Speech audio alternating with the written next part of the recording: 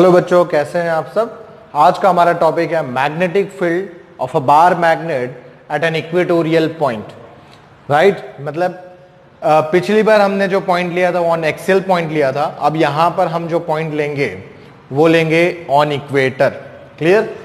जैसे कि आप यहां पर देख सकते हैं, यहां पर हमने बार मैग्नेट बताया हुआ है। ठीक है, ये इसका नॉर्थ एंड है, यहां पर साउथ एंड है। क्लियर। और हमने पॉइंट पी लिया है ऑन द इक्वेटर। राइट, आप देख सकते हैं equator is a line which divides the magnet into two equal part. Clear. तो यहां पर ये इक्वेटर लाइन पर हमने क्या लिया है, पॉइंट पी लिया है।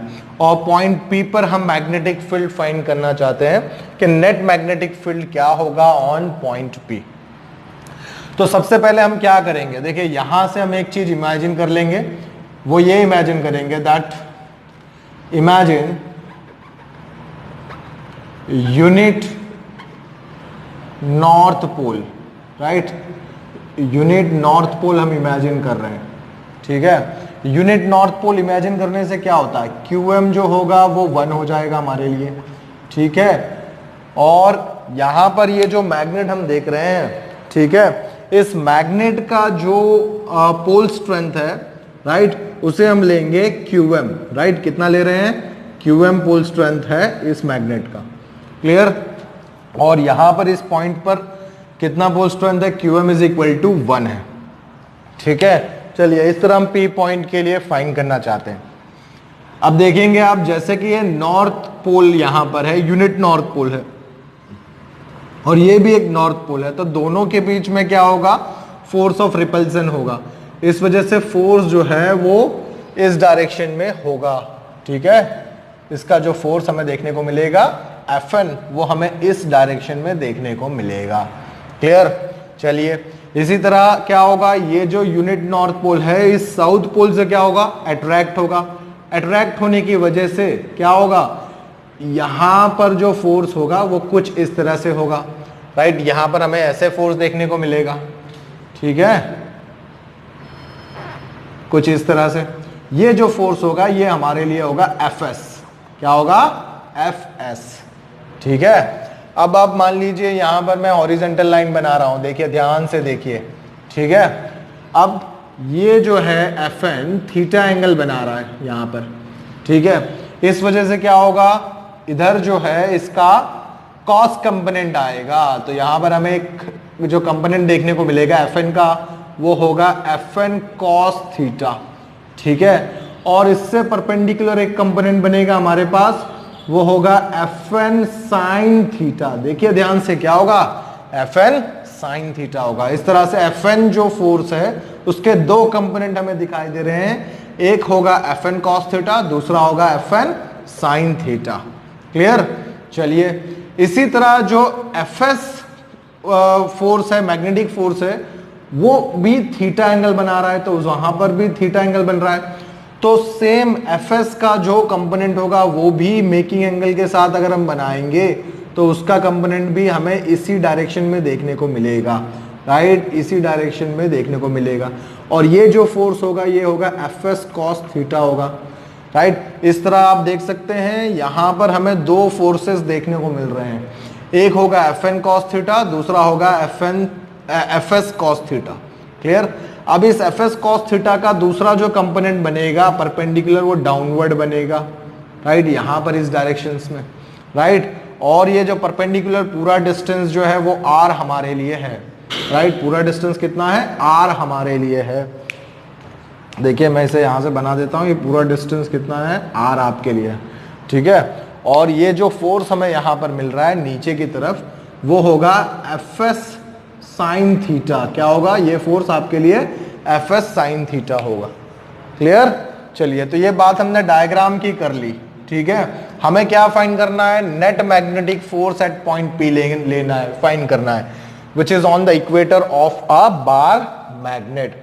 तो देखिए सबसे पहले हम Fn फोर्स के बारे में बात करेंगे, तो उसके लिए लिखेंगे, देखिए क्या लिखेंगे, अकॉर्डिंग टू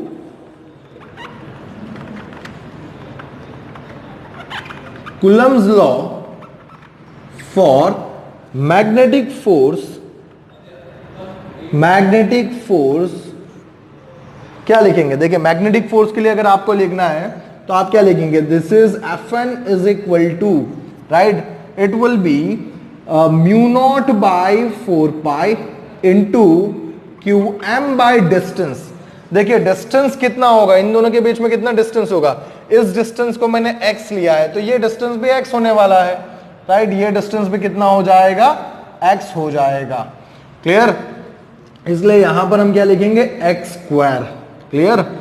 सिमिलरली आप fs के लिए लिखेंगे तो क्या लिखेंगे? fs is equal to mu naught by 4 pi. देखिए fs के लिए लिखना है तो fs फोर्स ये यहां पर है, तो इन दोनों के बीच में डिस्टेंस कितना है? वो भी x जितना ही डिस्टेंस है, तो आप इसे क्या लिखेंगे? Pole strength qm by x square. ठीक है, अब आप देख सकते हैं दोनों जो फोर्स हैं दोनों की मैग्नीट्यूड कैसी है? सेम है। तो हम यहां पर क्या लिखेंगे? Here both Fn and Fs have same magnitude,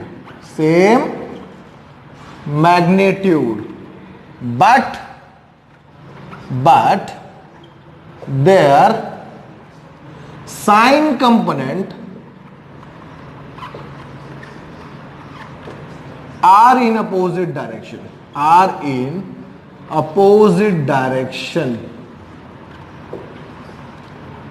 right?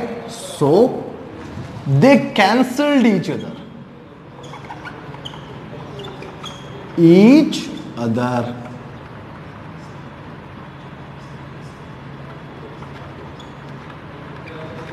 Right, देखिए बराबर समझिए। हम यहां पर क्या कर रहे हैं? आप देख सकते हैं Fn और Fs दोनों के मैग्नीट्यूड सेम है। मैग्नीट्यूड सेम होने की वजह से क्या हो रहा है? देखिए ये जो Fn साइन कंपोनेंट है, यहां पर जो Fs साइन कंपोनेंट है, दोनों की डायरेक्शंस अपोजिट है और मैग्नीट्यूड सेम है। इसका मतलब ये होगा कि ये दोनों कंपोनेंट एक दूसरे को क्या करेंगे? कैंसल्ड कर देंगे।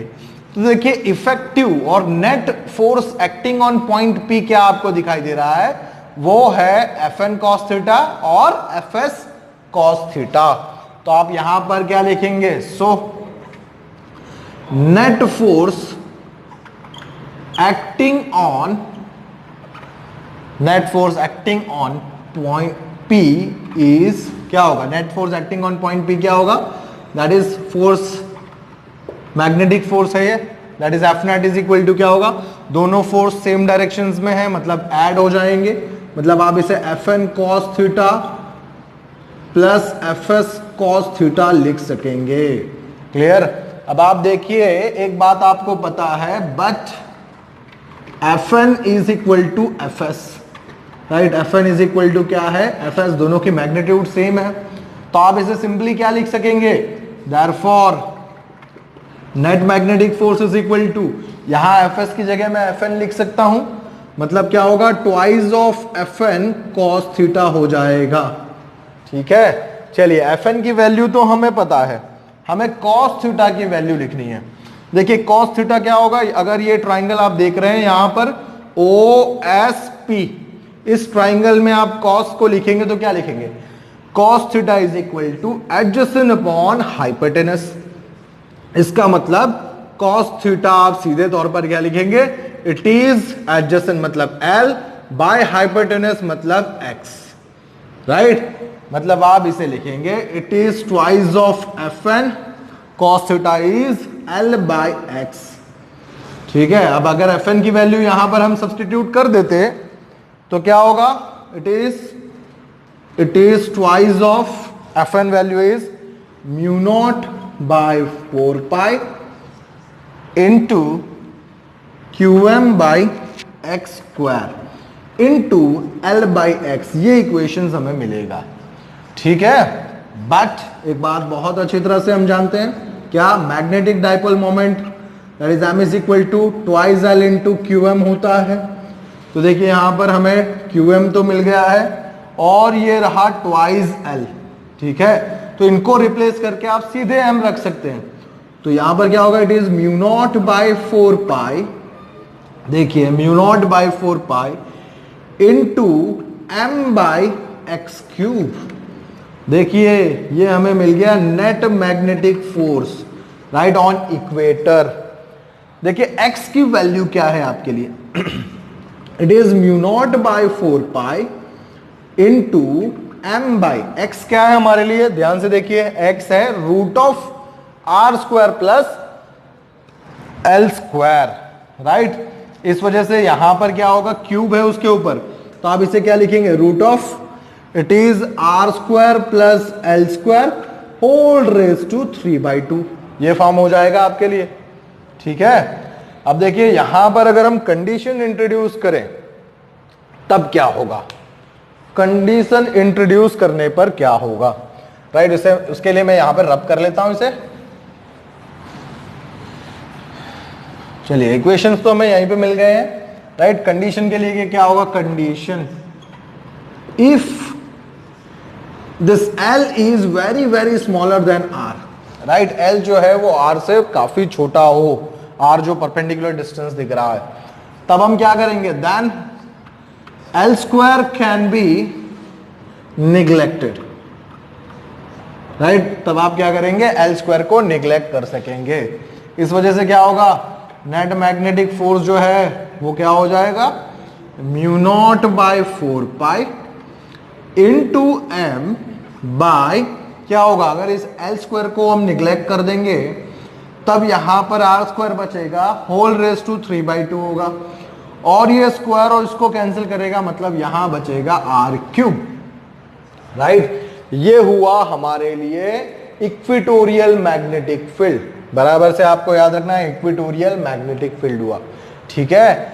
या तो आप इसे ऐसे भी लिख सकते हैं, देखिए अगर मैं इसे नोन फॉर्म में लिखूं तो वो कुछ इस तरह से भी आपको देखने को मिलेगा, that is equatorial field is equal to, इसे कांस्टेंट k लिख दे रहा हूं मैं, और यहां पर km बाय r क्यूब आ जाएगा, ठीक है। तो ये हुआ हमारे लिए equatorial magnetic field, clear, thank you.